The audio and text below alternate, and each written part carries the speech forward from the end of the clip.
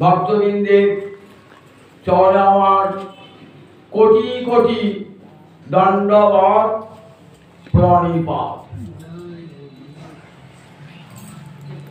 হরিদ্বারের ব্রহ্মকুণ্ডের তীরে আসন্ন মৃত্যু মহারাজ পরীক্ষিত আজ বুঝেছেন প্রায় পরিবেশনে কৃষ্ণার জল পর্যন্ত স্পর্শ করবেন না, আহার নিদ্রা সব ত্যাগ করেছেন। ব্রহ্মকুণ্ডের তীরে এসে বসেছেন। অভিশাপগ্রস্ত হয়েছেন।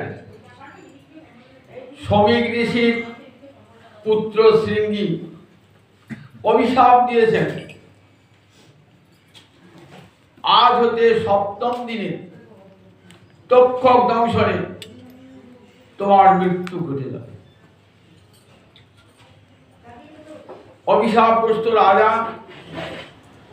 নিজ পুত্র জন্মেজয়ের হাতে রাজ্যভার অর্পণ করে আর এসেছেন হরিদ্বারে ব্রহ্মকুণ্ডের তীরে। সুরধ্বনির তীরে বসেন কেন না, সুরধ্বনি শ্রীহরির চরণধৌত জল, শ্রীহরির করুণাধারা জল রূপে নির্গত হয়ে আসে। তাই সুরধ্বনিকে দেখলে শ্রীহরির চরণের কথা স্মরণ হবে।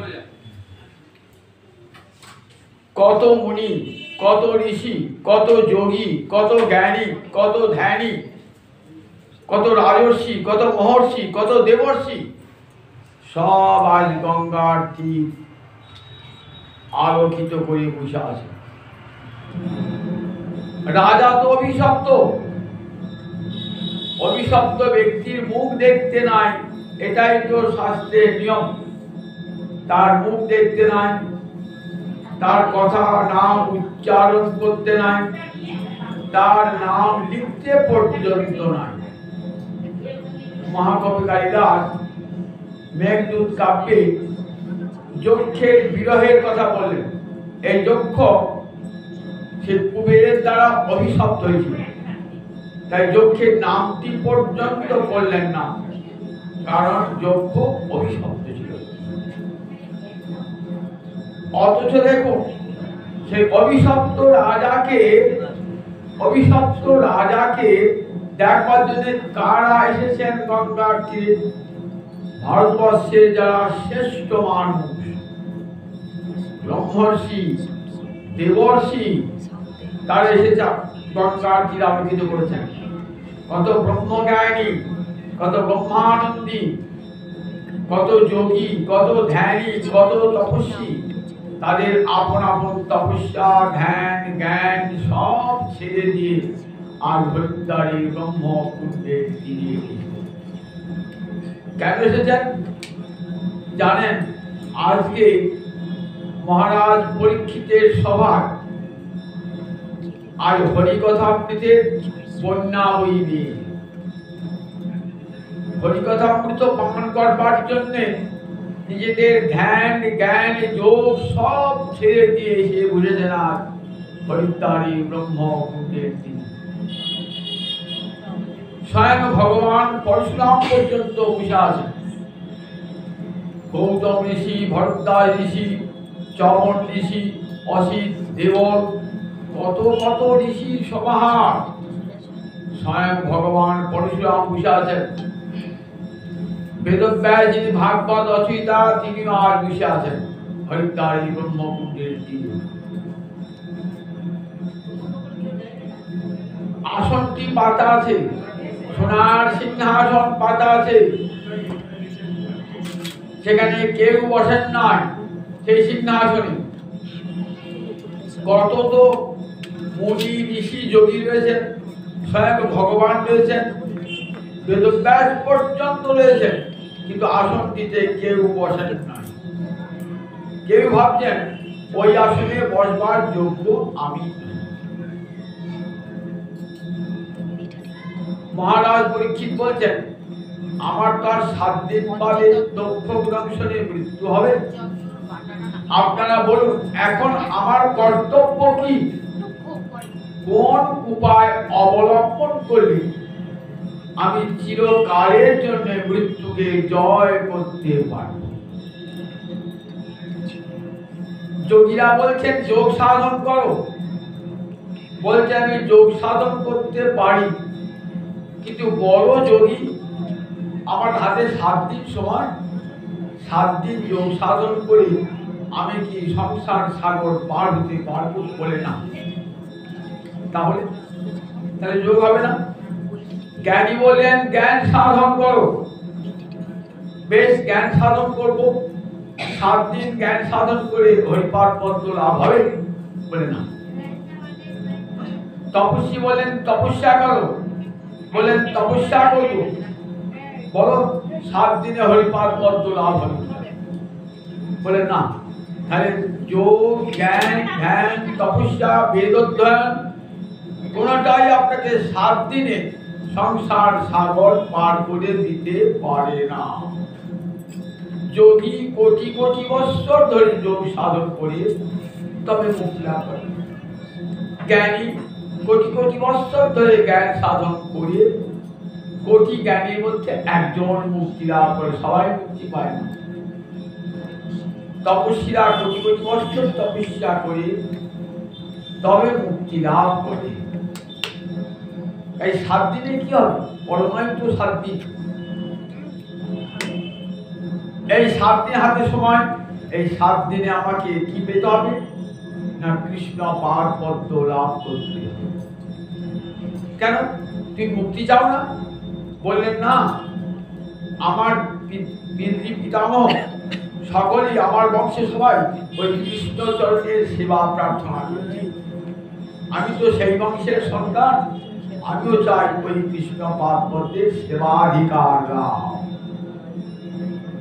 বলো কোন উপায় অবলম্বন করলে পারে ওই কৃষ্ণ পাদ পদ্মের সেবাধিকার লাভ?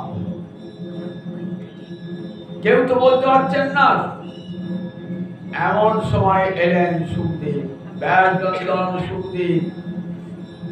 কেমন করে আসছেন দেখুন।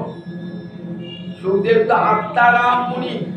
আত্মারাম মুনি মানে আত্মার আনন্দে ভরপুর, আত্মাতেই রমণ করেন, অর্থাৎ আত্মাতেই আনন্দ উপভোগ করেন। কথাটা একটু ভালো করে বুঝিয়ে বলি। আত্মারাম কথাটা আমরা বুঝতে পারি না, তার কারণ আমরা আত্মা বলতে এগুই নাই, বুঝবে কেমন করে? আমরা কত দেখেছি দেহ, মন, বুদ্ধি, এর বিষয়ে আমরা বুঝতে পারি না। দেহটা আছে, দেহের আরামটা ভালো বুঝি।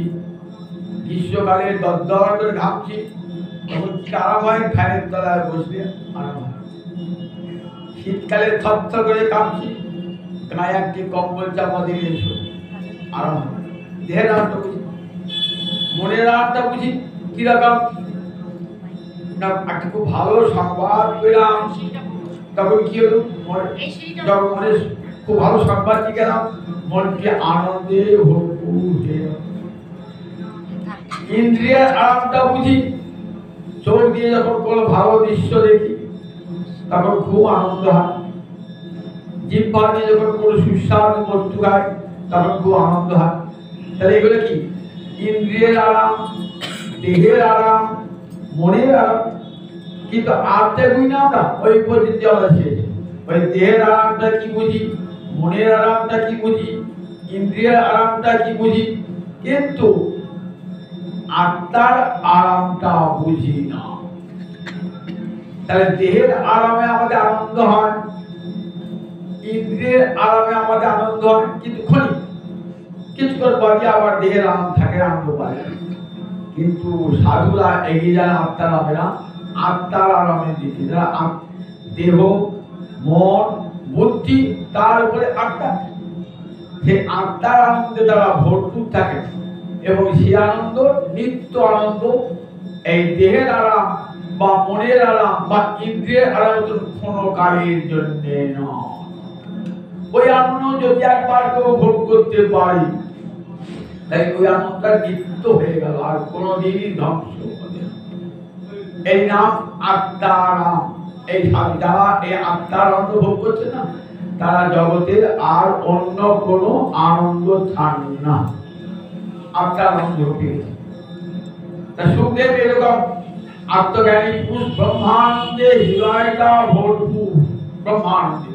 তার আর কিছু জগতের চাওয়া পাওয়া কিছুই নাই, কিছুই নাই। মুক্ত পুরুষ, জীবন মুক্ত।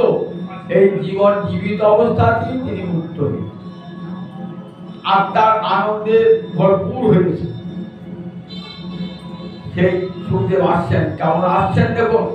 16 বছরের যুবক, 12 বছর মায়ের পেটে, 4 বছর পিতার কাছে ভাগবত অধ্যয়ন করেছেন, 16 বছর বয়সে আসছেন মহারাজ পরীক্ষিতের আসনে।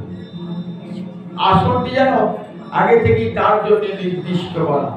মহারাজ পরীক্ষিত ভাবতে পারেন নাই যে ব্যাসনন্দন জীবন মুক্ত পুরুষ সুখদেব আসবেন আজকে আমার সভায়। কেমন আসছেন দেখো, অঙ্গে তো কোনো বসন নাই, দিগম্বর পুরুষ, 16 বছর যুবক, দেব ত্যাগ করে কৃষ্ণের দুটি বাহু আজানু লম্বিত, মানে জানু পর্যন্ত লম্বিত, চোখগুলো টানা টানা কানে কাজ করে গেছে, এত বড় বড় চোখ, বিশাল স্কন্ধ, বিশাল বক্ষ, একবারে সুপুরুষ যাকে বলে, একবার দেখতে কৃষ্ণের মতন শ্যামল বরণ, অঙ্গ থেকে জ্যোতিবার হচ্ছে, কেমন মনে হচ্ছে যেন আকাশ থেকে সূর্য নেমে এলো, সূর্য নেমে এলো। আজ পরীক্ষিতে সভায় যাবে, যখন যাচ্ছে না অঙ্গ তেজে চতুর্দিক আলোকিত করে যাচ্ছে, লোকে ভাবছে একটা পাগল যাচ্ছে, গায়ে গায়ে কোনো অঙ্গে গুলো বস্ত্র নাই, এমন লোক দিলে আমরা কি বলি, খ্যাপা বলি, পাগল বলি, ধুলো ছিটায়, থুতু দেয় গায়ে, লোকে কত হাসি ঠাট্টা করে।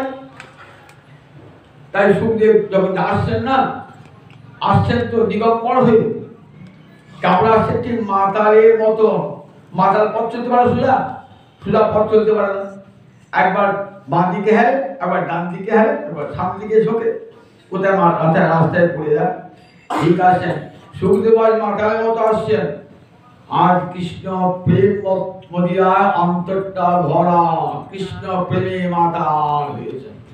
পিতার কাছে ভাগবত অধ্যয়ন করে আত্মারাম সাধু আজ প্রেমে মাতাল আসছেন, হেড দিয়ে তুলতে আসছেন, একবার বাঁ দিকে একবার ডান দিকে হেড তুলে আসছেন। পথে ছেলেরা কি করছে, থুতু ফেলছে, গায়ে ঢিল মারছে, ধুলো ছুটছে, কিন্তু সুখদেবের ভ্রুক্ষেপ নাই। কেন দেহের কষ্ট বুঝতেই পারছেন না, সমাধিভঙ্গ হয়ে হাঁটছেন তিনি। হরিদ্বারে ব্রহ্মপুরে সব বিষয় দেখছেন, বাবা কে আসছে, এত সুখদেবকে দেখা যাচ্ছে না, তার অঙ্গের জ্যোতিটা দেখা যাচ্ছে। যেমন সূর্য দেখতে পাই না, সূর্যের জ্যোতি দেখতে পাই, অনেক আগে থেকে দেখছে জল জল জল জল করে একটা মানুষ আসছে, তারা অঙ্গ জ্যোতি আলোকিত করে।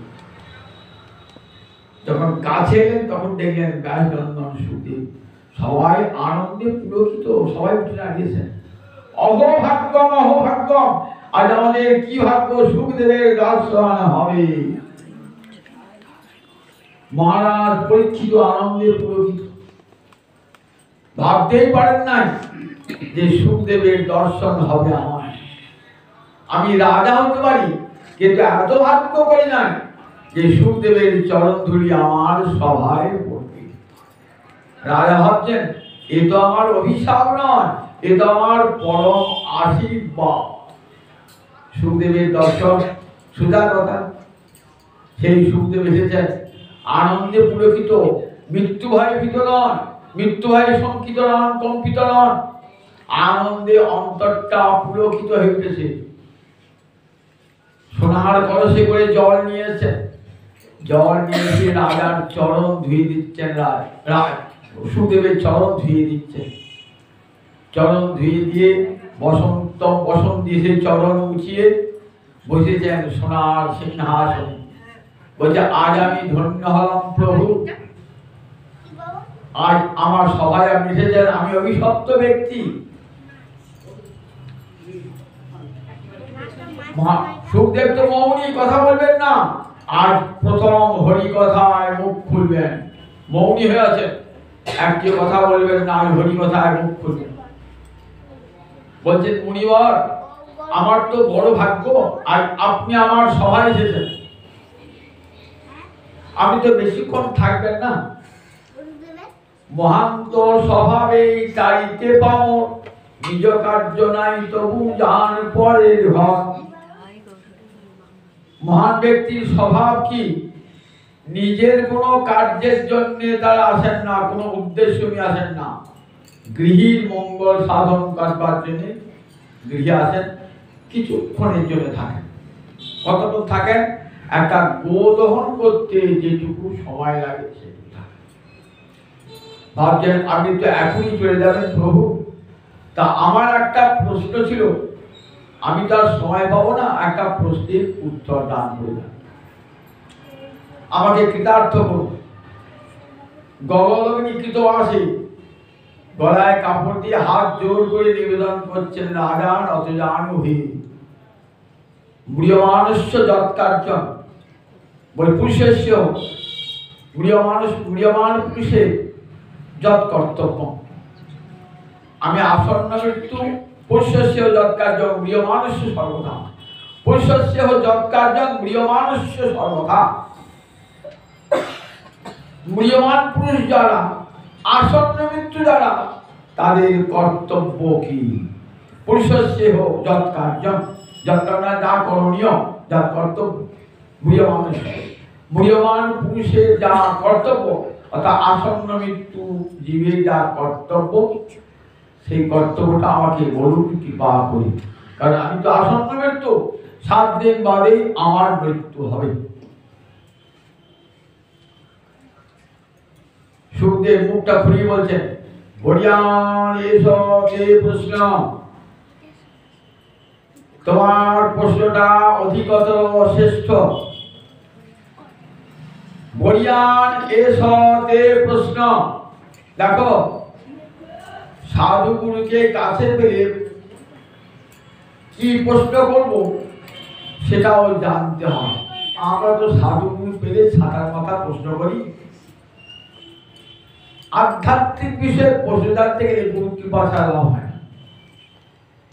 আমরা হাত দেখবেন, সাধু বাবা আমার হাত থেকে দেবেন, বলুন তো কি দাবি নেবো, বলুন তো কি মাদুলি নেবো, আমার সময়টা ভালো লাগছে না। সাধু দেখলে এইসব প্রশ্ন, সাধুকে বলি না সাধু একটু হরি কথা শোনাও, এ কথা বলি সাধুকে বলি।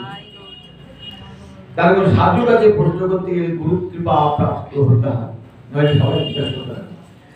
তাই বলিয়ান এসব প্রশ্ন, বলছে মহারাজ তোমার প্রশ্নটা অধিকতর শ্রেষ্ঠ। আচ্ছা অধিকতর শ্রেষ্ঠ বললেন কেন? যদি দুজন প্রশ্ন করে তাহলে বলতে পারি ওর চেয়ে তোমার প্রশ্নটা শ্রেষ্ঠ। আর তো কেউ প্রশ্ন করেন না, বলতে একজন করেছে, তাহলে বরিয়ান বর শব্দে ইয়সুন প্রত্যয়, বরিয়ান অর্থাৎ অধিক, বর মানে শ্রেষ্ঠ, বরিয়ান মানে অধিকতর শ্রেষ্ঠ। তাহলে অধিকতর শ্রেষ্ঠ বললেন কি করে? সুখদেব এমন ভুল করলেন যে আর তো কেউ প্রশ্ন করে না, বললেন না না সুখদেবের ভুল হয় না, ভুল কাদের হয়? আমাদের মতো মানুষ হয়। ভ্রম, প্রমাদ, বিপরীপসা, করুণা পাটক, এই 4টে দোষ সাধুর থাকে না, ভগবানের থাকে না। এই ভ্রম, আমাদের ভ্রম হয়, ভুল হয়, কিন্তু সুখদেবের ভুল হবে না। তাই বললেন কেন তোমার পুরোটা অধিকতর শ্রেষ্ঠ? বলবে তোমার পুরোটা শ্রেষ্ঠ, কিন্তু অধিকতর যখনই বললেন তখন নিশ্চয়ই আর একজনকেও প্রশ্ন করেছে। তখনই মনে পড়ে গেল তোমার পিতামহ অর্জুন কুরুক্ষেত্রের যুদ্ধে ভগবান সাক্ষাৎ শ্রীহরিকে দেখা পেয়েছেন। গীতায় অর্জুন কত প্রশ্ন করছে বলতে, গীতায় অর্জুন শত শত প্রশ্ন করেছে, কিন্তু কোথাও আছে যে আসন্ন মৃত্যু জীবের কর্তব্য কি? গীতার কোথাও নাই, কোনো পাতায় খুঁজে পাবেন না যে অর্জুন ভগবানকে বলেছেন, গোবিন্দ আসন্ন মৃত্যু জীবের কর্তব্য কি? এ কথা অর্জুন কোথাও জিজ্ঞাসা করেন না। তুমি সে অর্জুনের নাতি, দেখো তুমি মহাভাগ্যবান, তুমি এমনটি প্রশ্ন করলে তোমার দাদুর প্রশ্নের চেয়েও তোমার প্রশ্নটা অধিকতর রয়েছে। অর্জুনের পুত্র অভিমন্যু, অভিমন্যুর পুত্র হল মহারাজ পরীক্ষিত, তার অর্জুন দাদু, পরীক্ষিত নাতি, বলছে নাতিকে বলছে তোমার দাদুর চেয়েও তোমার প্রশ্নটা ভালো, তোমার দাদু সাক্ষাৎ ভগবানকে পেয়েছেন, আর তুমি তো ভগবানকে পাও না, আমাকে পেয়েছো। কিন্তু এমন সুন্দর প্রশ্নটা করেছো তুমি, এই প্রশ্নটা আত্মবিদ সম্পদ। যারা আত্মতত্ত্ব জানেন তারা এই প্রশ্নের অনুমোদন করে। এই আসন্ন মৃত্যু বললে কি বোঝায়? আমরা প্রত্যেকেই কিন্তু আসন্ন মৃত্যু, শুধু মহারাজ পরীক্ষিত একা নয়, শুধু মহারাজ পরীক্ষিত একা নয়, আসন্ন মৃত্যু বললে আমরা সবাই। আসন্ন মানে মৃত্যুর দিকে প্রতিদিন এগিয়ে এগিয়ে যাওয়া। আজ একটি দিন শেষ হয়ে গেল, সূর্য ডুবে গেল, আমার এক পরমায়ু থেকে একটা দিন চলে গেল, আবার কাল একটা দিন চলে যাবে, আমার পরমায়ু ভান্ডার থেকে একটা দিন চলে গেল। এমনি সবাই আমরা মৃত্যুর দিকে একে একে অগ্রসর হচ্ছি, সবাই তার আসন্ন মৃত্যু। দেখুন কেমন প্রশ্নটি করেছেন মহারাজ, কি শুধু নিজের জন্য নয়, আমাদের মতন অধম মানুষদের জন্য প্রশ্ন। পরীক্ষিত 7 দিন সময়, 7 দিন আগে মরবে না, আর আমাদের 7 মিনিট নাই, এই হয়তো কথা বলছি বাড়ি গিয়ে মরে গেল। এখন একটা লোককে লিখেলাম, বসে গল্প করছে, বাড়ি গিয়ে শুনলাম লোকটা মরে গিয়েছে। তাহলে মৃত্যুর কোনো নির্দিষ্ট সময় আছে নাকি? যে আমি আমাকে দ্বারা আমার বয়স হয় না, 80 বছর বাদে, 85 বছর বাদে, 90 বছর মরবো। যে কোনো মুহূর্তে মৃত্যু নিয়ে আসতে পারে। পরীক্ষিত কিন্তু 7 দিনের মধ্যে মৃত্যু হবে না, আর আমাদের মৃত্যু 7 সেকেন্ডে 7 মিনিট। আমরা সবাই আসন্ন মৃত্যু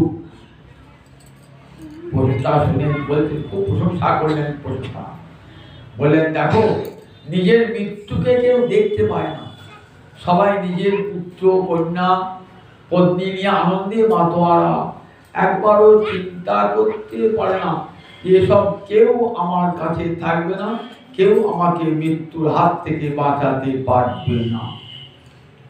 কিন্তু মৃত্যুকে আমরা চোখে দেখে নিধনং প্রচন্ড পিতা পশ্যতি মহারাজ, এটাই বড় দুঃখের।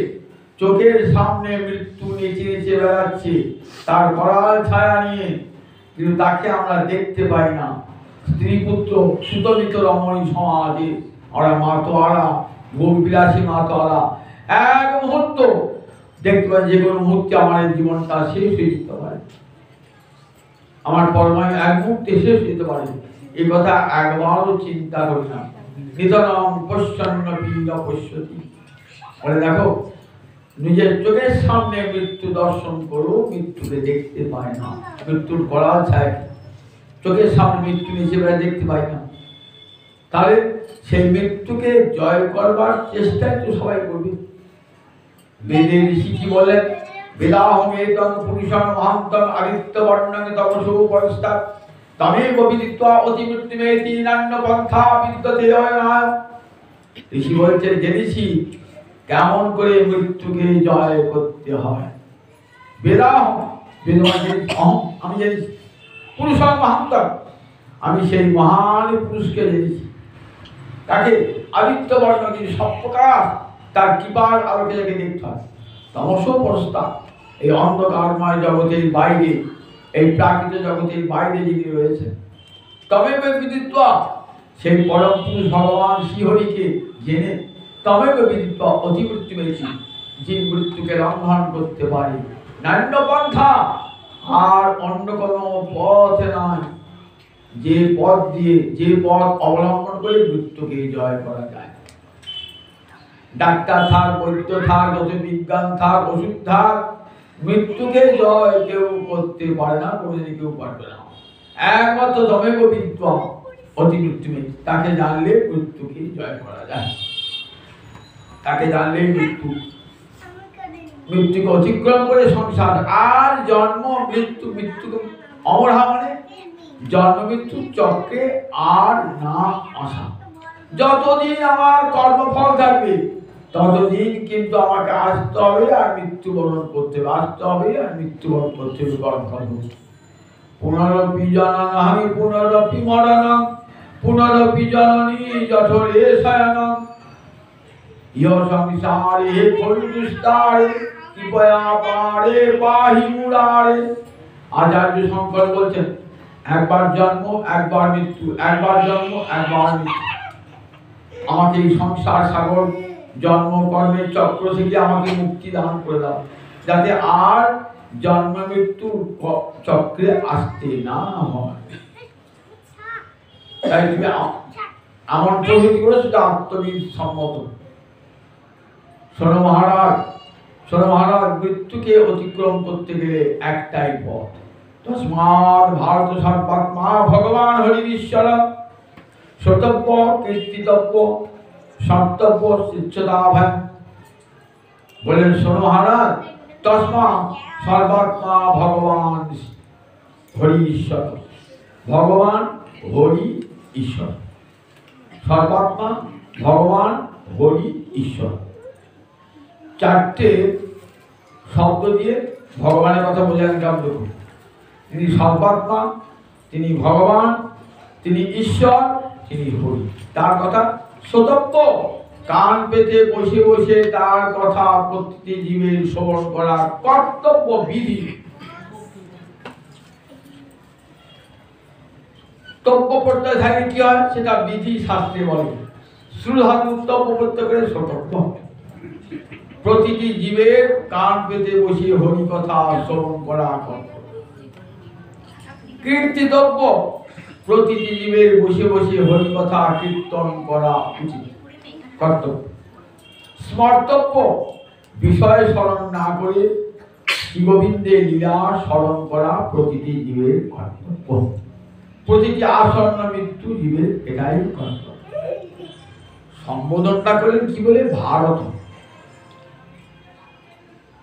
ভারত মানে তুমি ভরত বংশের সন্তান, রাজর্ষি ভরতের বংশে তোমার জন্ম হয়েছে। কত ভালো বংশে জন্ম তোমার। ভক্তের রক্ত তোমার প্রতিটি শিরায় প্রতি ধমনীতে প্রবাহিত হচ্ছে। রাজর্ষি ভরতের বংশে জন্ম।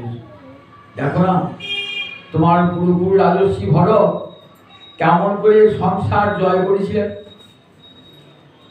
হরি অনুরাগে কৃষ্ণ ভালোবেসে সুদস্তজ দান সুতান সুহিতার্জন হৃদস্পৃশ জহ যুবৈব মলবৎ উত্তম শ্লোক রাস। কখন? যৌবন বয়সে ত্যাগ। আর তুমি এসেছো অনেকটা বয়স। মহারাজ পরীক্ষিত যখন হরিদ্বারে ব্রহ্মকুণ্ডের তীরে বসেছেন, তখন তো মহারাজ পরীক্ষিত অনেকটাই বয়স। আর তার পূর্বপুর রাজর্ষি ভরত যৌবনী, জহ যুবৈব যুবা এব। জহ মানে ত্যাগ করলেন। কি ত্যাগ করলেন? সুদস্তজ দান ও সুতান। যে পত্নীকে ত্যাগ করা যায় না, দুস্তজ দান সুদান পুত্রকে ত্যাগ করা যায় না, সেই আত্মীয় স্বজনকে ত্যাগ করা যায় না, রাজ্য ত্যাগ করা যায় না। কারণ এগুলি আমাদের হৃদয়কে স্পর্শ করে। আমার স্ত্রী, পুত্র, পিতা, মাতা, এদের মৃত্যু হলে বা যে কিছু হলে আমার হৃদয়টাকে হৃদস্পৃশ। তাদেরকে ত্যাগ করলেন। এক মুহূর্তে হৃদয় স্পর্শ করলো না। আর এদিকে ছেড়ে যাচ্ছি, ছেলেটাকে কাল থেকে দেখতে পাবো না, স্ত্রীকে কাল থেকে দেখতে পাবো না, সংসার ছেড়ে যাচ্ছি। একবার তো মনে করেন নেই, একবার তো মনে হয় না। মনে হলে সংসার ত্যাগ করতে পারে। কারণ এরা তো প্রতিমুহূর্তে আমার হৃদয় স্পর্শ করে। আমার ছেলে অসুখ বলে আমার ছেলে ছাড়বে তো, ডাক্তারবাবু ছাড়বে তো, যত টাকা লাগে আমি দেবো, আমি বাড়ি বিক্রি করবো, আমার ছেলেকে বাঁচিয়ে দিন। দেখুন একবার, সেই ছেলে আমার হৃদয়, আমি যখন তার কিছু রোগ হয় আমার হৃদয়টা স্পর্শ করে। আমার নিজের জন প্রিয়জনের কিছু হলে আমার হৃদয় স্পর্শ করে। শুধু ত্যাগ করা যায় না। যৌবন, বিশেষ করে যৌবন বয়সী যখন সংসারে প্রবল আকর্ষণ, সংসারে বুড়ো বয়সে আপনা আপনি খানিকটা ত্যাগ চলে আসে, কিন্তু যৌবনে ত্যাগ আসে না। সেই যৌবন বয়সে রাজর্ষি ভরত নিজের স্ত্রীকে ত্যাগ করলেন, পুত্রকে ত্যাগ করলেন, আত্মস্বজনকে ত্যাগ করলেন না, আর সংসারে থাকবো না। এই সংসার মুক্তির দ্বার নয়, এই সংসার বন্ধন নিয়ে আসে আর বারবার কর্মফল ভোগ করায়, কষ্ট ভোগ করায়। সুতরাং এই সংসার নয়। এবার আমি কৃষ্ণের সংসার করি। চলে গেলেন যৌবন বয়সী কোথায়? পুরো গণ্ডকী নদীর তীরে পুলহরিষি আশ্রম, গণ্ডকী নদী যেখানে শিলা পাওয়া যায়, শালগ্রাম শিলা যেখানে পাওয়া যায়, হিমালয়ে আছে গণ্ডকী নদী। সেই গণ্ডকী নদীর তীরে পুলহরিষি আশ্রম, সেই আশ্রমে বসে হরি আরাধনা করছে যৌবন বয়সে। আর তুমি এলে মহারাজ অনেক অভিশাপ পেয়ে, তাও নিজের ইচ্ছা নয়, তুমি এসেছো অভিশাপ পেয়ে। অভিশাপ পেয়ে আসা আর অনুরাগে আসা দুটো পার্থক্য আছে। আমি দুঃখ কষ্ট পেলাম যে হরি বল যায়, খুব একটা আঘাত পেয়েছি মনে, সেটা কেন? সেটা তো আমার দুঃখ শোকটা ভোলবার জন্য, দুঃখ কষ্ট শোকটা ভোলবার জন্য। কৃষ্ণ ভালোবেসে নয় তো, তাহলে দুটো পার্থক্য আছে। একটি ভালোবেসে গোবিন্দ সেবা, আর একটি শোক দুঃখের আঘাত পেয়ে গোবিন্দ ভালোবাসা, দুটো পার্থক্য আছে। তোমার পূর্বপুরুষ রাজর্ষি ভরত অনুরাগে, হরি অনুরাগে সংসার ত্যাগ করেছে। তাহলে কৃষ্ণ অনুরাগটা এমন হয়েছিল যেখানে স্ত্রী পুত্রের অনুরাগের চেয়েও বেশি। যার স্ত্রী পুত্র যে আকর্ষণ করতে পারে না, শ্রীকৃষ্ণ সেখানে আকর্ষণ করেছেন গোবিন্দ। এমন ভালোবাসা যে স্ত্রী পুত্র ত্যাগ হয়ে গেল। দুটো ভালোবাসা একসঙ্গে থাকে না, বিষয় অনুরাগ আর কৃষ্ণানুরাগ। যদি কৃষ্ণানুরাগ বৃদ্ধিপ্রাপ্ত হয়, বিষয়ের অনুরাগ দূর হয়ে যায়। আর যদি বিষয়ের ভালোবাসা বৃদ্ধিপ্রাপ্ত হয়, তাহলে কৃষ্ণানুরাগ দূর হয়ে যায়। হ্যাঁ, আমাদের জগৎ যদি সংসারকে ভালোবাসি, দেখবেন কৃষ্ণকে ভালোবাসতে পারছি। আবার যদি গোবিন্দকে ভালোবাসি, সংসারকে ভালোবাসতে পারছি। তাই এই দোটানায় পড়ি আমরা তো। দেখো রাজর্ষি ভরত কি বলেন, একটা ভালোবাসা নিয়ে থাকতে হবে। সংসার ছিঁড়ে চলে গেলেন কোথায়? সংসার বন্ধন ছিঁড়ে চলে গেলেন কৃষ্ণ রাগে। না, সংসারে যতদিন থাকবো, সংসারের মধ্যে থেকে বৈরাগ্য সম্ভব নয়। স্ত্রী আছে, পুত্র আছে, ঘর আছে, বাড়ি আছে, কত দায় দায়িত্ব আছে, আমি আমার রাজা, ঠিক আছে, কত অভাব অভিযোগ আছে। সুতরাং আমি সংসারে থাকবো না, আর কারোর সঙ্গে কথা পর্যন্ত বলবো না বলে চলে গেলে হরিহর কৃষ্ণ অনুরাগে চলে গেলে একবারে পুলহরিষি আশ্রম। তা ভক্তের বংশে জন্মালে না, ভগবান বলেছেন ভক্তের বংশেও যদি কেউ জন্মায় না, তাকে কি পাবে? ভক্তের বংশে প্রহ্লাদ বলে, প্রহ্লাদ তোমাকে তো কৃপা করো আমি, তোমার পরবর্তী যারা আসবে না তারা আমার কৃপা পাবে, তোমার পূর্বে যারা জন্মিয়েছে তারা আমার কৃপা পাবে। তারা কি ওই যে আমার বাবাকে একটু দেখো, আমার বাবা তোমার অত্যাচার করে, বাবা তুমি বলে তোমার বাবা আগেই মুক্তি পেয়ে গেছে, তোমার বাবা, তোমার দাদু, তোমার বাবা মুক্তি পেয়ে যাবার, তোমার পরে যে আসবে না তারা সব মুক্তি পেয়ে যাবে। ভক্তির ভক্ত আছে তো, ভক্তের এমনিটি মনটা স্থাপিত হয়ে যায়, ওরা ভক্তির বংশ তো। তাই ভক্তির বংশ মহারাজ যুধিষ্ঠির, যিনি হরিদাস, তিনজন চিহ্নিত হরিদাসের মধ্যে যুধিষ্ঠির আছে, যে যুধিষ্ঠির কৃষ্ণ ছাড়া কিছু জানতেন না, সেই বংশের সন্তান মহারাজ পরীক্ষিত। তাই ভগবানের কত কৃপা। আর কৃপা বলি, দেখো তুমি আমাকে এমন প্রশ্ন করেছো, আসন্ন মৃত্যু জীবের কর্তব্য। আসন্ন মৃত্যু জীবের একমাত্র কর্তব্য সর্বাত্মা ভগবান শ্রীহরির কথা কান পেতে বসে শোনা, তার কথা কীর্তন করা, তার কথা স্মরণ করা। তাহলে সংসার সাগর অভয় ইচ্ছতা, তাহলে সংসার সাগর অনায়াসে পার হয়ে যায়, মৃত্যুকে অনায়াসে জয় করা যায়। এখন দেখুন সর্বাত্মা বললেন তো শ্রীধর স্বামী, এই সর্বাত্মা শব্দের অর্থ বললেন সর্বাত্মা ইতি প্রেষ্ঠত্ব। সর্বাত্মা শব্দের অর্থ হল ভগবান শ্রীহরি সকলের প্রেষ্ঠ। প্রেষ্ঠ মানে প্রিয়, প্রিয়তর, পৃষ্ঠ বা প্রিয়তম। প্রিয়তম মানে যা পৃষ্ঠ, প্রিয়তম মানে যার উপরে আর কেউ প্রিয় হয় না তাকে প্রিয়তম। পৃষ্ঠ মানে তাই যার উপরে আর কেউ প্রিয় হয় না।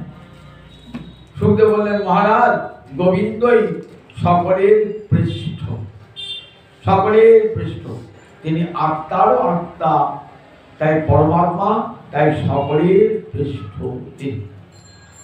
আচ্ছা গোবিন্দ যদি সকলের পৃষ্ঠ হয় তাহলে আমরা তো তাকে প্রিয় জ্ঞান করি না। আমরা তো নিজের ছেলে বউ সংসার কি ভালোবাসি, তাই কি প্রিয় বলে মনে করছি। ভগবানকে তো প্রিয় বলে মনে করি না। তুই যে বললি ভগবান পৃষ্ঠ, যদি পৃষ্ঠ হতো তাহলে কি সংসারে থাকতে পারতাম? বলে দেখো তিনি পৃষ্ঠ বটে, কিন্তু আমরা জানো মায়া ঘেরা সংসার আমরা রয়েছি তো জানতে পারছে না যে স্বরূপটাকে কিরকম। একটা উদাহরণ দিই, ধরুন একটা ডোবা, আমরা বাড়ির সামনে ডোবা, ডোবাটার চারদিকে কি আছে? পাড় আছে, মাটির পাড়। সেই ডোবাটার জলটা দেখবেন কেমন হয়ে গেছে, পাতা, গাছের পাতা পড়েছে, কত নোংরা পড়েছে, দেখবেন সেই জলটা এমন হয়ে গেছে না, খাওয়া যায় না, চান করা যায় না, বাসন মারা যায় না, পোকা কিলবিল করছে। এইবার ওই জলটাই কিন্তু ঠাকুর সেবা হবে, কাপড় কাচাও হবে, বলে একটু অপেক্ষা। কিরকম বর্ষাকালটা আসবে, বর্ষাকালটা আসবে কি হবে দেখবেন, ওই জলটা যখন ধারাসারি বৃষ্টি পড়ছে না, তুমি জলটা উঁচু হয়ে উঠছে, উঠতে উঠতে উঠতে জলটা কি করবে, পাড়টা অতিক্রম করে আমরা বাড়ির সামনে নালা দিয়ে বয়ে গেল। নালা দিয়ে কোথায় পড়লো? নালা দিয়ে গিয়ে একবারে গঙ্গায় পড়ে গেল। ওই জলটাই গঙ্গায় পড়ে গেল। যখন ওই জলটা গঙ্গায় পড়ে গেল না, তখন ওই জলটাই নিয়ে এলেন ঠাকুর সেবা করবার জন্য, নিয়ে এলেন ওই জলটাই আমরা আর পবিত্র আগমন করলেন ওই জলটা। তাহলে যতক্ষণ পুকুরে ছিল ততক্ষণ সে নোংরা ছিল, যে গঙ্গায় পড়ে গেল জলটা সে পবিত্র হয়ে গেল। আমাদের হিন্দু বলেন কৃষ্ণ ভালোবাস, ওই জলের তার গতি কোন দিকে? জল বলছে আমাকে আটকিয়ে রেখেছে কেন? আমার তো গতি গঙ্গায় অত মহাসাগরে, আমাকে পার দিয়ে আটকে রেখেছ। জীব হৃদয়ের ভালোবাসা ঠিক আটকিয়ে আছে মায়ার ঘেরা পাশে দিয়ে। মায়ার ঘেরা কারা? স্ত্রী, পুত্র, সংসার, এর সব মায়ার দেওয়াল, চারিদিকে আমার ভালোবাসাটাকে আটকিয়ে রেখেছে, যেতে দিচ্ছে না, আটকানো আছে।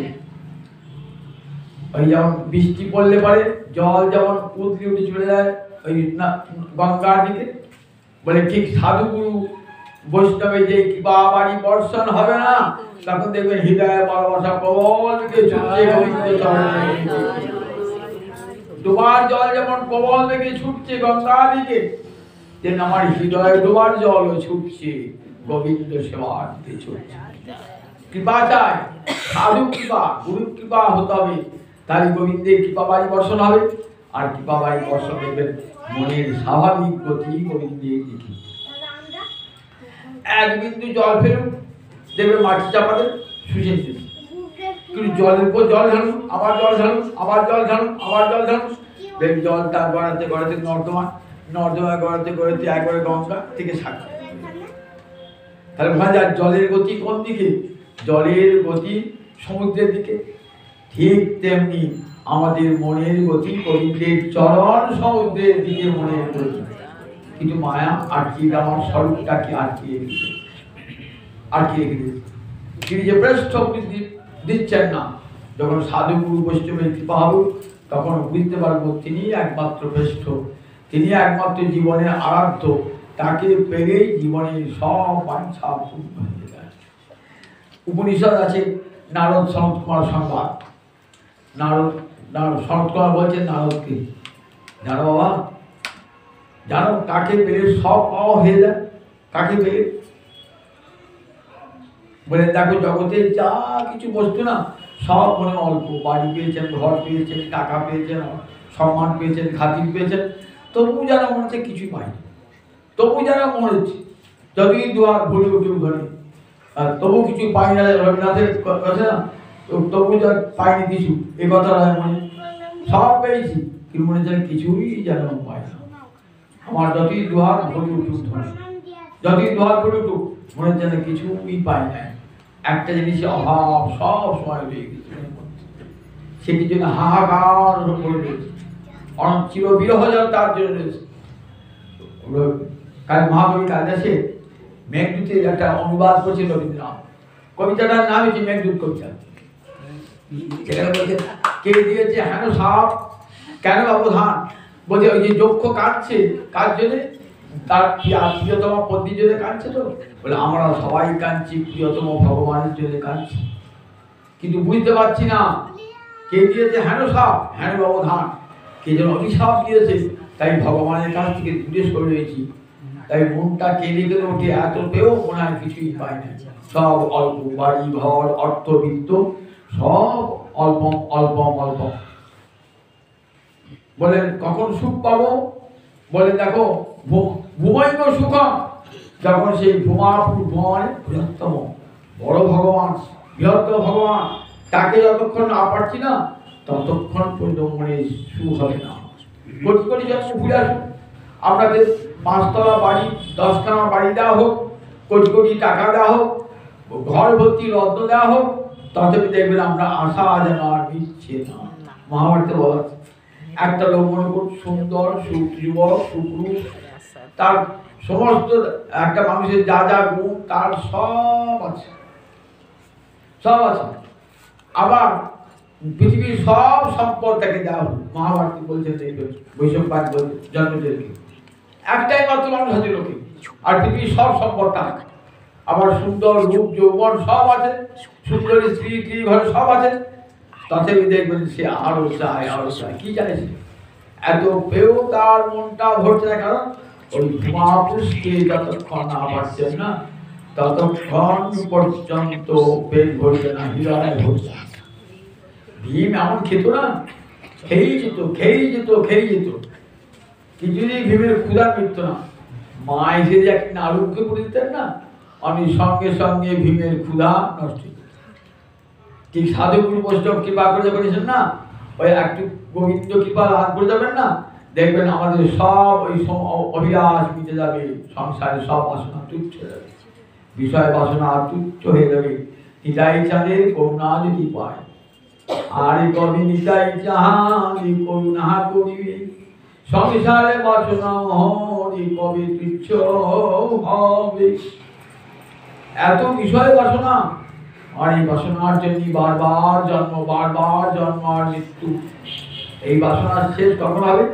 নিতাই চাঁদের চরণে যখন প্রার্থনা জানাবো, সংসার ছাড়িয়া কবে শুদ্ধ হবে মন, কবে হাম হে সেই মধুর বৃন্দাবন। গৌরাঙ্গ বলিতে হবে পুলক সরি, হরি হরি বলিতে কবে নয়নে ববেনি। নর্তন ঠাকুরের পথ, নর্তন ঠাকুর তিনি সংসার ত্যাগ করে গেছেন, তাই বলছেন যে আমার অতিথিকে শিক্ষা দেওয়ার জন্য গৌরাঙ্গ বলিতে হবে পুলক সরি। গৌরবতী তো আমার শরীরে পুলো জাগে না, যেদিন জানিবে যেদিন অন্তরে কৃষ্ণ প্রেম জন্মাবে, তিনি গৌরাঙ্গ বলিতে হবে পুলক সরি, হরি হরি বলিতে কবে নয়নে ববেনি। সেদিন দুনয়নে জলধারা পড়বে হরি বল, আর কবে নিতাই যাহারে করুণা করি। যেদিন তাই যাদের করুণা লাভ হবে, সেদিন দেখবেন বিষয় বাসনা তুচ্ছ হয়ে যাবে, তুচ্ছ। তাই তার কৃপার পরশাইবার জন্য সাধুগুরু বৈষ্ণবের চরণ ধরতে হবে। বলে সম্ভব না, তিনি যে শ্রেষ্ঠ, এটা জ্ঞান কখন হবে? যখন গুরু কৃপা লাভ হবে। গুরুদেব যখন কানের দীক্ষাটি মন্ত্রটি দেবেন না, জগৎগুরু নিতাই যাদের প্রতিভূ সমস্ত জগতের গুরু, তখন অন্তরে সব ময়লা দূর হয়ে তখন দেখতে পাবো যে গোবিন্দই একমাত্র আমার প্রাণ শ্রেষ্ঠ। সংসারে কেউ যে আমার শ্রেষ্ঠ নয়, প্রিয় নয়, এটা আমরা বুঝি না। আচার্য শঙ্কর বলছেন সংসারে সবাই তোমাকে ভালোবাসে কেন জানো? তোমার সুন্দর রূপ আছে, যৌবন আছে, টাকা উপায় করতে পারো, সংসারের পরিশ্রম দিতে পারো, ছেলে মেয়ে মানুষ করো, ভালো মন্দ এনে খাও, তাই সবাই তোমাকে ভালোবাসে। যিনা টাকা আনতে পারবে না, শরীরের রূপ যৌবন সব চলে যাবে, বিছানায় পড়ে যখন খপ খপ করে কাশবে, বিছানায় যখন মলমূত্র ভর্তি হয়ে যাবে, তখন বুঝবে সত্যিকারে কে তোমাকে ভালোবাসে। কেউ তোমাকে ভালোবাসবে না, সবাই তোমাকে ছেড়ে চলে যাবে, কিন্তু একজন ছাড়বে না। শেষের দিনে সেজনে বিনে কে তোর আপন হবে রে। সেই সেজন তিনি কখনো ছাড়বেন না, তিনি সব সময় থাকবেন। কিন্তু দেখো সেই মানুষটা, যে মানুষটা এত ভ্রষ্ট যে তার জীবকে কখনো ছাড়ে না, তাকে আমরা ছেড়ে বসাই। কত বড় বন্ধুকে ছেড়ে বসাতে দেখি, প্রাণভ্রষ্ট ভগবান। এই ভ্রষ্ট সর্বাত্মাকে কারা প্রিয় বলে বরণ করেছেন? ব্রজবালা দেখেছেন, ব্রজবাসী দেখেছেন। দেখো ভগবানকে প্রিয় জ্ঞানে বরণ করে নাও, সংসারকে প্রিয় বলে নাও, ভগবানকে প্রিয় জ্ঞানে বরণ করে নাও। তারা কি করেছেন? ভগবানকে কেমন করে প্রিয় জ্ঞানে বরণ করেছে? এখন ভগবানের সঙ্গে সম্বন্ধ স্থাপন করেছেন তারা। ভগবানের সঙ্গে মোর পুত্র, মোর সখা, মোর প্রাণপতি, গোবিন্দ আমার পতি, গোবিন্দ আমার সখা, গোবিন্দ আমার প্রাণকান্ত, গোবিন্দ আমার পিতৃ, মোর পুত্র, মোর সখা, মোর প্রাণপতি। বুঝছেন বাবা কি বলছে? মোর পুত্র, মোর সখা, মোর প্রাণপতি। ভগবানের সঙ্গে সম্বন্ধ পাঠিয়ে ভগবানকে বলছেন মাতামরি পুত্র রূপে করেন বন্ধন, অতিহীনী জ্ঞানী করে লালন পালন, সখা শুদ্ধ সখ্যে করে স্কন্ধে আরোহণ। তুমি কোনে বড় লোকে তুমি আমি সম, প্রিয়া যদি মান করি করে ভর্জন, বেদস্তুতি হইতে তাহা হরে বড় মন। কেমন প্রিয় জ্ঞানে বরণ। দেখো সর্বাত্মা কতটি বৃন্দাবনে গিয়ে কেমন সার্থক হয়েছে। প্রাণ পুষ্ট তারা কৃষ্ণ ছাড়া কিছুই জানেন না। মোর পুত্র, মোর সখা, মোর প্রাণপতি। কৃষ্ণ আমার পুত্র, মা যশোদার বুক ভরা আমার সন্তান, আমার সন্তান। গোপাল আমার দুধের ছেলে, গোপাল আমার সাত সাগরের সীতামণি। ভগবান বলে ভাবতে পারছেন না, কৃষ্ণকে ঈশ্বর নাহি জানে বোঝো। উদ্ধব বলছেন মা তুমি কাঁদছো কেন? কৃষ্ণের সঙ্গে জগতে কারও কখনো বিরহ হয় না। তিনি জগতের অন্তরে আছেন, বাইরে আছেন। তিনি তোমার অন্তর আছেন, বাইরে আছেন। অন্তর আছেন অন্তর্যামী রূপে, বাইরেও আছেন তিনি সর্বত্র, সব বিশ্বব্যাপক হয়, বিশ্বই তার দেহ। কি বলছে উদ্ধব? আমার কৃষ্ণ সর্বত্র আছে, আমার হৃদয়ে আছে আমার কৃষ্ণ। হ্যাঁ, তোমার কৃষ্ণ যে ভগবান, তোমার কৃষ্ণ তো নারায়ণ। আমার কৃষ্ণ নারায়ণ? উদ্ধব তুমি কি কথা বলছো? আমার কৃষ্ণ নারায়ণ হবে কি করে? আমি তো নারায়ণের উপাসনা করি। আমার গুরুদেব বলেছেন নারায়ণ সত্য স্বরূপ, নারায়ণ মিথ্যা কথা বলে না, নারায়ণ চুরি করে না। আর আমার গোপাল মিথ্যা কথা বলে।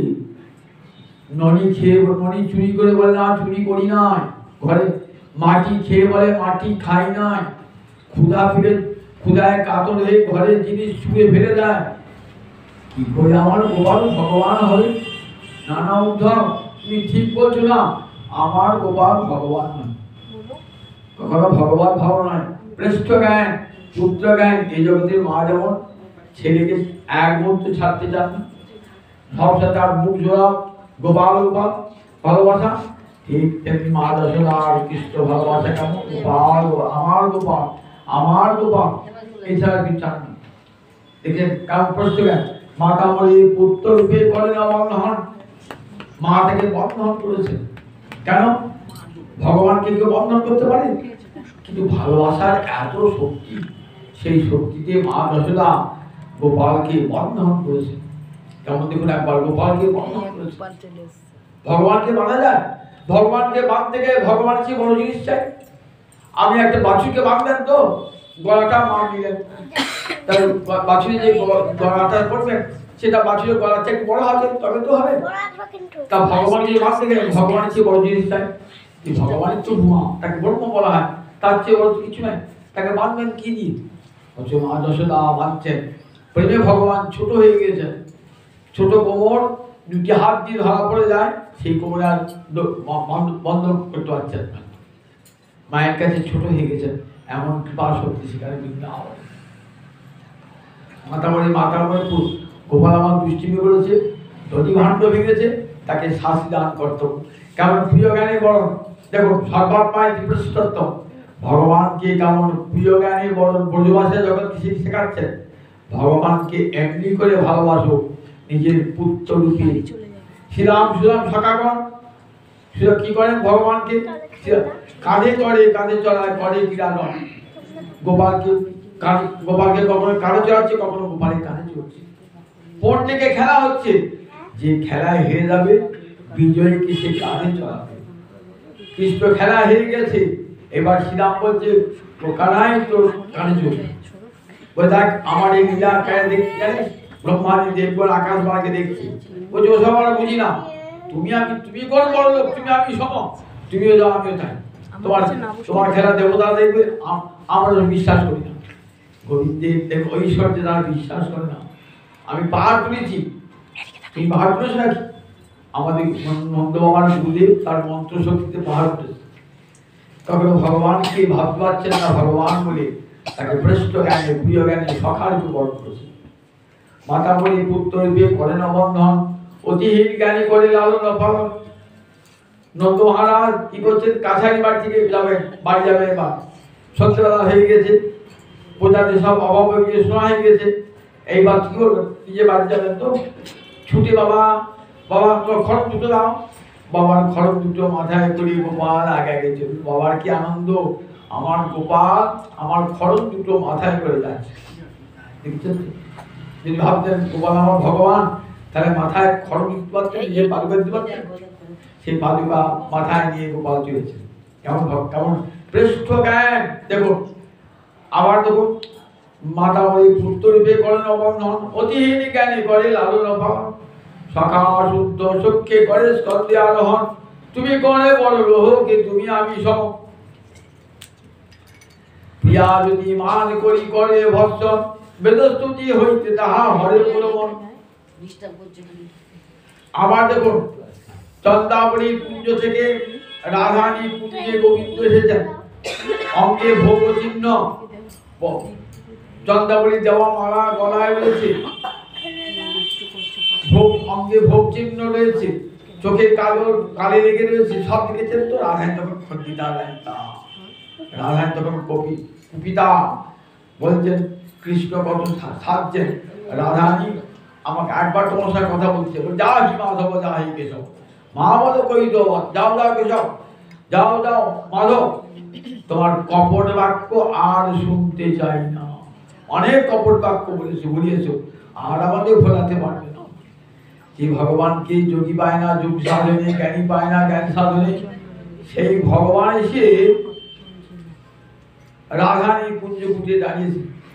একবার কৃষ্ণের একবার রাধানীর সঙ্গে সাক্ষাৎ করবে, অনুমতি নাই, কুঞ্জেশ্বরী অনুমতি নাই, গোবিন্দ দর্শন হবে না, গোবিন্দের কৃষ্ণ রাধানীর দর্শন হবে না। দেখুন একবার কেমন রাধানী মহান, সেই উচ্চয় মানেতে কৃষ্ণকে ভরসা করছে। ভগবান বলছেন দেখো, ওই ব্রজগোপী মানে যে ভরসা করে না, ওটা ব্রাহ্মণের বেদ বাক্য থেকেও আমার কাছে বড় ভালো লাগে। ঠাকুর তোমার ব্রাহ্মণের বেদ বাক্য ভালো লাগে না? না, ও ব্রজগোপীরা যখন মান ভরে বলে যা হি মাধব যা হি কেশব, সেটা ওই বেদ বাক্যের চেয়েও আমার কাছে বড়। কত ভালোবাসা, কত অনুরাগ। এই অনুরাগী ভগবান সর্বাত্মা সমস্ত শ্রেষ্ঠ বলি জ্ঞান হয়। শ্রুতি বলেছেন ভগবান তিনি প্রিয় বিদ্যা, প্রিয় পুত্রা, প্রিয় অন্নস্মাৎ সর্বস্মাৎ। তিনি বিত্ত হতে প্রিয়, তিনি পুত্র হতে প্রিয়, তিনি সমস্ত বস্তু হতে প্রিয়। কিন্তু এই প্রিয়ত্বের জ্ঞান তো আমাদের হয় না। এই প্রিয়ত্বের জ্ঞান আমরা দেখি বোধরাজ, এই প্রিয়ত্বের জ্ঞান ভগবানকে প্রিয় রূপে বর্ণন করেছেন। প্রিয় রূপে যদি এই শ্রীমদ্ ভাগবত যে আমাদের কাছে প্রকটিত না হতেন, তাহলে ভগবানকে যে প্রিয় রূপে বর্ণন করা যায় জানতাম। ভগবানকে এই ভাগবতকে কে চেনালেন? আমার গৌর হরি নিতাই চাঁদ। যদি না আসতেন না, পৃথিবী অন্ধকারেই থেকে যেত। দুই ভাই হৃদয়ের খালি অন্ধকার, দুই ভাগবত সঙ্গে করাইলা সাক্ষাৎকার। দুই ভাই হৃদয়ের খালি অন্ধকার, দুই ভাগবত সঙ্গে করাইলা সাক্ষাৎকার। দুই ভাইকে কে? গৌর হরি আর নিতাই চাঁদ। এই দুইজন এসে কি করলেন? দুটো বস্তু সঙ্গে আমাদের পরিচয় করে দিলেন। একটি শ্রীমদ্ ভাগবত আর একটি গ্রন্থ। এক ভাগবত ভক্তি রস শাস্ত্র, আর এক ভাগবত ভক্তি রস পাত্র। দুটি ভাগবতের সঙ্গে পরিচয় করলেন। দুটি ভাগবত মানে একটি ভাগবত হলো ভক্তি রস শাস্ত্র, অর্থাৎ যে শাস্ত্রে ভক্তি রসের কথা বলা হয়েছে তারপরে ভাগবত। 18টা পুরাণের মধ্যে শ্রীমদ্ ভাগবত একটি মহাপুরাণ। এই পুরাণই আছে গোবিন্দ লীলা দশম স্কন্ধে। গোবিন্দ লীলা, গোবিন্দের মনোহারী লীলা, যে লীলার অন্য কোন পুরাণে এমন করে বর্ণিত হয় নাই। আর বর্ণিত হয় নাই বলি ব্যাসের মনে শান্তি আসে নাই। দেবর্ষি নারদ এসে বললেন যে ব্যাস, তোমার মনে শান্তি নাই কেন? তোমার মনে শান্তি নাই কেন? না দেখো, তুমি তো গোবিন্দের অমৃতময় লীলা বর্ণনা করো না। ধর্ম অর্থ কাম মোক্ষের কথা বলেছো, কিন্তু গোবিন্দের অমৃতময় লীলার কথা বলো নাই। তুমি সমাধি যোগে সেই গোবিন্দ লীলা দেখো আর জগৎকে শোনাও। ব্যাস যে কি করলেন, সমাধিভূত হলেন, সমাধিভূত অন্তরে গোবিন্দের লীলা চাক্ষুষ করলেন। বৃন্দাবন লীলা, অমৃতময় লীলা, লীলা চাক্ষুষ করে সেই লীলা জগৎকে শোনায়। তাই ভাগবতের লীলা জীবন্ত। ভাগবত শুনলেই না কি হয়, মন অন্যরকম হয়ে যায়। ভাগবতের প্রতিটি শব্দ এত তার ক্ষমতা না, মনকে পরিবর্তন করে দেয়। নিত্যম ভাগবত সেবায়া, প্রতিদিন বসে বসে যদি ভাগবত শ্রবণ করেন, দেখবেন অন্তরের সব কালিমা দূর হয়ে যায়। অন্তরটি সিদ্ধ আলোকে, ভগবত কৃপার আলোকে উজ্জ্বল হয়ে ওঠে। তারপরে দেখো, দুই ভাই হৃদয়ের খালি অন্ধকার, আমার জীবনের সমস্ত হৃদয় অন্ধকার সাধন করে দুটি ভাগবতের সাক্ষাৎকার করেন। একটি শ্রীমদ্ ভাগবত, একটি ভক্ত। ভক্ত সঙ্গ না হলে ভাগবত শুনে আনন্দ হবে না। সেটি বলছে ভাগবত পরগিয়া বৈষ্ণবের স্থানে, যেখানে সেখানে ভাগবতের কথা বলবে না। সবাই শ্রীমদ্ ভাগবতের মর্যাদা দান করে না, শ্রীমদ্ ভাগবত কি জানে না। সেই জন্য ভাগবত পরগিয়া বৈষ্ণবের স্থানে।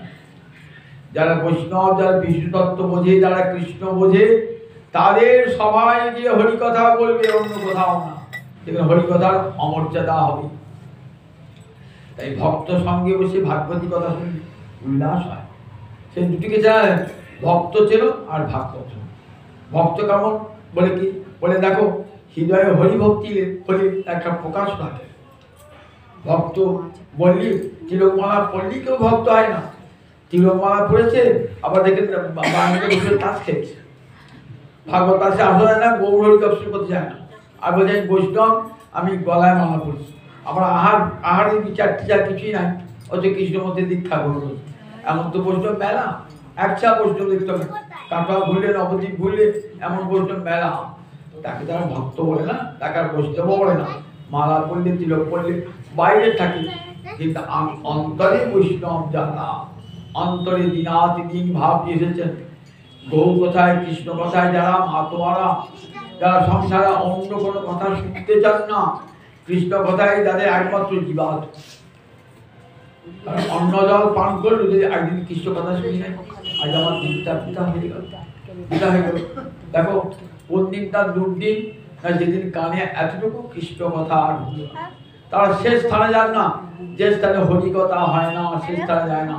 বলে ওটা পাণ্ডব পর্যন্ত জায়গা, যে দেশে নিতাই নাই সে দেশে না যাব। নিতাই মুখ জনার মুখ না হে নিব। যে দেশে নিতাই নাই, ভক্ত বলে না গো, ওখানে নিতাই কথা হরি কথা হবে না। ওখানে গেলে রাজনীতি কথা, ওখানে দেশের কথা, দশের কথা, সংসার কথা, নিজের রোগীর কথা, এইসব ভাবি। ওখানে যাবো, কোথায় যাবো? যেখানে নিতাই কথা, যেখানে গোবিন্দের কথা, যেখানে হরি কথা। ভক্ত বলে সেই স্থান যাবো। যে দেশে নিতাই নাই সে দেশে না যাব। নিতাই বিমুখ জনহার মুখ না হেরব। নিতাই বিমুখ, তার মুখটা পরে দেখবো না। দেখলে আমার কি হবে? যেন আমারও নিতাইকে ভুল, আমিও নিতাইকে ভুলে যাবো। এমন জনের কাছে তার ভক্ত যায় না। ভক্ত যায় যেখানে হরি কথা, যেখানে হরি প্রসঙ্গ, সেইখানে যায় ভক্ত, কোথাও যায় না। হরি কথা শোনার যাতে আগ্রহ, বলে দেখো ভক্ত তাকেই বলে, বৈষ্ণব তাকেই বলে যারা বিষ্ণুকে পরতত্ত্ব জ্ঞান করেছেন। বিষ্ণুকে পরতত্ত্ব জ্ঞান, ভক্তের তো লক্ষণ আছে। বলে দেখো, যিনি নিজে সাধন করেন আমার অপরকে সাধন করাতে পারে। ভক্ত সঙ্গে শুনবো কেন?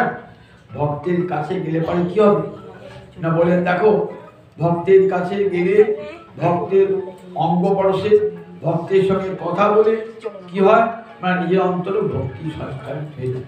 তাই নরনারায়ণ কি বলছে দেখো, গৃহে বা জঙ্গলে থাকে হা গৌরাঙ্গ বলে ডাকে নরোত্তম মাগে তারও সঙ্গ। নর্তম বলছে আমি তারই সঙ্গবাদী। বলে দেখো, যে গৃহে থাকুক আর জঙ্গলে থাকুক, জঙ্গলে থাকলেই যে সাধু হয়ে গেল তা নয়, গৃহে থাকলেও সাধু হয়। হা গৌর বলে যে কাঁদছে আমি তার সঙ্গ করব। আর নরহরি কি বল দেখুন, বলছেন নর ঠাকুর সরকার ঠাকুর বলছে দেখো, দেখো গৌরাঙ্গ গৌরাঙ্গ সম্পদ গৌরাঙ্গ শপথ যাহার হৃদয়ে যারে দাসন হরি অনুগত তারি তার চরণে শরণ মাগে। গৌরী তাদের শব্দ, গৌর শব্দ ছাড়া অন্য কোনো শব্দ শোনে না। গৌর তাদের পরম সম্পদ, যাদের হৃদয় কথা জাগ্রত হয় দাস নরহরি তাদেরই সঙ্গ কামনা করে। দেখেছেন ভক্ত সঙ্গ যুগে যুগে কামনা করছেন, ভক্ত সঙ্গ, অন্য কারো সঙ্গ কামনা করেন নাই। তাই ভক্ত সঙ্গে বসে এই দুটি ভক্ত চাইলে আমার তাই চাঁদ আর গৌর হরি জীবকে বলেন জগতে আর কোনো ধর্ম নাই, কিছুই করতে হবে না, যা যজ্ঞ তপস্যা বেদ পাঠ কিছুই নাই, ভক্ত সঙ্গ করো। 5 জন ভক্ত থাকলে লাগবে আর ইষ্টগোষ্ঠী করছে। ইষ্টগোষ্ঠী মানে যে বলতে পারে তাকে বলবে ঠিক বলুন আমরা শুনবো। অপরজন শ্রোতা হয়, অপর 5 জন শ্রোতা হয়ে গেল, একজন বলতে লাগলেন হরিকথা। এক মুহূর্ত হরিকথা ছাড়া তারা থাকতে পারেন না। 24 ঘন্টায় তারা শয়নে স্বপ্নে নিদ্রায় জাগরণে হরিচিন্তায় মুখ। বলে এই ভক্তের সঙ্গে পরিচয় করে দিলেন আর শ্রীমদ্ ভাগবতের সঙ্গে পরিচয় করে দিলেন। এই ভাগবতে গোবিন্দের অমৃতময় লীলা, যেখানে ভগবানকে প্রিয় জ্ঞান সর্বাত্মায় দীপ্রেষ্টতম। একমাত্র ভাগবতী দেখতে পাই ভগবানকে প্রিয় জ্ঞানে বরণ করেছেন ব্রজবাসীরা, ভগবানকে মোর পুত্র মোর সখা মোর প্রাণ বলে ভক্ত সঙ্গে বসে ভাগবতী কথার আস্বাদন। কলিকালে আর অন্য কোনো ধর্ম নয়, কলিকালে একটাই ধর্ম, বলে হরিগুণ গান হরিগুণ কীর্তন হরে নামানি কীর্তন। বলছেন সুখদেব বলছে দেখো মহারাজ, প্রায়ণ মুনয় রাজন নিমিত্তা বিধিষেধত বিধিষেধত। প্রায়ণ মুনয় রাজন, অধিকাংশ মুনিরা দেখবেন তারা কি বিধি নিষেধের অতীত হয়ে গেছে। বিধি নিষেধে আর কোনো বিধি কোন নিষেধ তাদেরকে পালন করতে হয়, সমস্ত বিধি নিষেধের ঊর্ধ্বে। বলেন তারাও দেখবেন হরিগুণ কীর্তনে তারা আনন্দ পান, হরিগুণ কীর্তনে তারা আনন্দ পান। মুক্ত পুরুষ যারা বিধি নিষেধে অতীত মানে মুক্ত পুরুষ, আর কোনো বিধি নিষেধ পালন করতে হয় না, বলেন তারাও হরিগুণ কীর্তন যেখানে সেখানে তারা ছুটিয়ে যান। কিরকম? এক ধরুন মেয়ে বড় হয়েছে, তো আপনি স্কুলে ভর্তি করেছেন, কি কলেজে ভর্তি করেছেন, আপনি যখন মেয়েকে পাঠাচ্ছেন না কত বিধি কত নিষেধ। এই যে কলেজে ছুটি যেতে বাড়িতে আসবি, পরিস্থিতি বলতে আসবি না, দিনের বেলা বাড়িতে আসবি, সন্ধ্যাকে বাড়ি ঢুকে পড়বি, কত বলেন তো। কি যখন মেয়ের বিয়ে হয়ে যায় তখন আর বলেন কি যে দেখা আছে গায়ে আসবি না, কলেজ যাবি না, মুখ যাবে, আর বলেন এবার স্বামীকেও ভাগিয়ে দিয়েছি। বলে ঠিক তেমনি যতক্ষণ পর্যন্ত গোবিন্দের সঙ্গে বিবাহ না হচ্ছে না ততক্ষণ পর্যন্ত সাধক কি করেন, ততক্ষণ সাধক কত বিধি কত নিষেধ পালন করতে হচ্ছে, কত বিধি নিষেধ। বিধি নিষেধ কখন পার হয়ে যায় যখন গোবিন্দের সঙ্গে সম্পর্ক যুক্ত হয়ে যায়। এই কুলবতী মতিকে যখন গোবিন্দের সঙ্গে যোগসূত্র ঘটিয়ে দেওয়া হয়, মতি কুলবতী তনয় বড় গৌর বিশ্বম্ভরি সম্বন্ধ করো। আর কি গানে আছে, দেখো কন্যা বড় হয়েছে তার বিবাহের ব্যবস্থা করো, তারা কেমন অন্ন রুচয়ে তারে। দেখো আছে অদত্তা তনয়া ঘরে কেমনই অন্ন রুচয়ে তোরে। 100 কি বলছি, মেয়ে বড় হয়েছে ঘরে, কি করে অন্য খেয়ে থাকিস, একবারে মনে পড়ে না মেয়েটা করে বিয়ে হলো না। তা বলছে দেখো মেয়ে একটু বিয়ে তো সন্ধান করছি, বলে না, উপযুক্ত পাত্রে সন্ধান করবি। কি জান, যখন মেয়ের একটা বিয়ে হয় তখন মেয়ে কি চায়, কন্যা কাময়তি রূপম, কন্যা চায় যে ছেলের সঙ্গে বিয়ে হবে না তার জন্য রূপ থাকে। মাতা বিত্ত, মা চায় আমার মেয়েটি যখন যাবে না রানী হয়ে থাকে, মেলা সম্পদ থাকে, টাকা পয়সা মেলা থাকে, রাজার ঘরে মেয়েকে বিয়ে দেবো।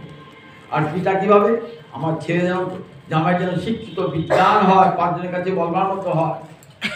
কন্যা কাময়তি রূপং মাতা বিত্তং পিতা সুতং বান্ধবা কুলমিচ্ছন, আত্মীয় স্বজন তারা বললে বাবু কুলটা নষ্ট করো না, আমরা কুলি, কুল যেন নষ্ট না হয়, আজে বাজে ঘরে বিয়ে দেবে না, যে কোনো ঘরে বিয়ে দেবে না, কিন্তু কুল নষ্ট না হয়। আর মিষ্টান্ন ইতরের জন্য, আর ইতর জন তারা বলে বাবা যেখানে যা বিয়ে দাও দাও বা, আমরা রাত্রি ভোর হয়েছে না, আমরা 8-9টা পাই না। দেখো দেখো, তাহলে কি চাই, রূপ চাই, গুণ চাই, বৃত্ত চাই। তো আমার গৌরী কি নাই, রূপ আছে, গুণ আছে, বৃত্ত আছে, সব সম্পদ আছে। তেমনি মতি কুলবতী তনয় আবর, গৌর বিশ্বম্ভরে সম্বন্ধ কর। মন কুলবতী তনয়া, মতি তো স্ত্রীলিঙ্গ, স্ত্রীলিঙ্গ শব্দ মতি।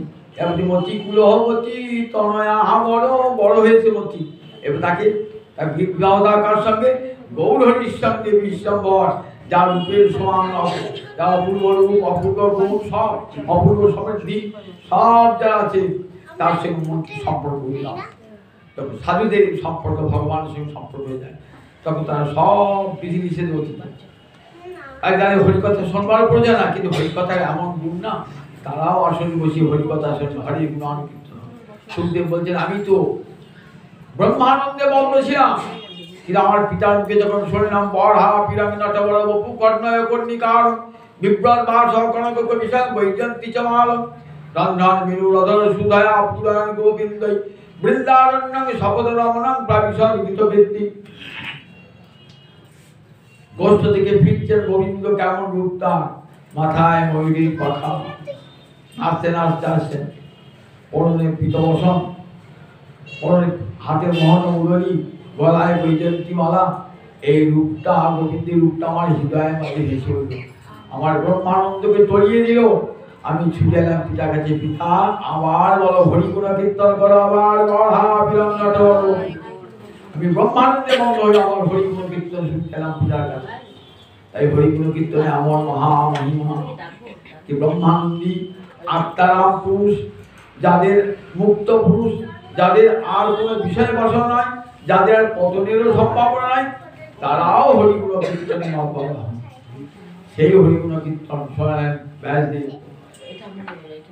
যিনি নিজে ব্রহ্মানন্দ সাক্ষাৎ ভগবানের অবতার। তিনি সুখদেবের মুখ দিয়ে, নিজ সন্তানের মুখ দিয়ে হরিকথা শোনেন যে ভগবানকে প্রিয় রূপে বরণ করে নাও, জগৎ তার মতো শ্রেষ্ঠ জগৎ আর কেউ নাই। আর এই বার্তাটি গ্রহণ করে আমার গৌর হরি বিদায় চান কলিযুগে জীবের কাছে। কেউ ভক্ত সঙ্গে বসে ভাগবতী কথা শ্রবণ করো, বিদায় চান ঘরে ঘরে আমার ভাগবতী দেওয়া হরিনাম, যে হরিনামের মহামহিমা শ্রীমৎ ভাগবত উচ্চ কণ্ঠে বর্ণনা করেছেন। ঘরের দক্ষিণে দেওয়া একটি মহান কীর্তনাল কৃষ্ণস্য মুক্ত সংকল্প কলি দোষে আকর, কিন্তু একটা বড় গুণ, কি বড় গুণ না, কলিতে কৃষ্ণ নাম একবার করলি, জিহ্বায় একবার যদি কৃষ্ণ নাম উচ্চারিত হয়ে যায়, জীব মুক্তি লাভ হয়ে যায়। সেই কৃষ্ণ নাম আমার নিতাই চান জগৎ ভরে বিলিয়ে দিলেন। চণ্ডাল প্রতিদিন জীবের ঘরে ঘরে যাইয়া হরিনামে মহামন্ত্র দিচ্ছেন বিলাইয়া। জগৎ জুড়ে সবাই চণ্ডাল প্রতি সকলকে দিলেন হরিনাম। এমন একটি ধর্ম, ভাগবতের ধর্ম, ভাগবত ধর্ম এমনই সবার জন্য, এখানে কোনো বাছাবাছি না। ব্রাহ্মণ পাবে, চণ্ডাল পাবে, শূদ্র পাবে, পাপিষ্ঠ পাবে, পুণ্যবান পাবে, ধনবান পাবে, দরিদ্র পাবে, ভাগ্যবান পাবে, ভাগ্যহীন পাবে, সবাই পাবে এই কৃষ্ণ নাম। এই কৃষ্ণ নামে কোনো বাদ বিচার নাই। এমন সার্বভৌম ধর্ম প্রচার করছেন শ্রীমদ্ ভাগবত। আর গৌর হরি তাই যান জগৎ জীবকে দ্বারে দ্বারে দিলেন সেই প্রেম ধর্ম বলে কলিযুগে এটাই একমাত্র ধর্ম। এই হরিনামের উপরে, হরি কীর্তনের উপরে আর কোনো ধর্ম নাই। মানব জীবন ধন্য হয়ে যাবে, সার্থক হয়ে যাবে। ভক্ত সঙ্গে কিছু কিছু হরিকথা শ্রবণ করুন। আর পরমানন্দ হরিকথা অমৃত পান করুন আর হরিকথা কীর্তন করুন, তাহলে সংসার সাগর অনায়াসে পার হয়ে যায়।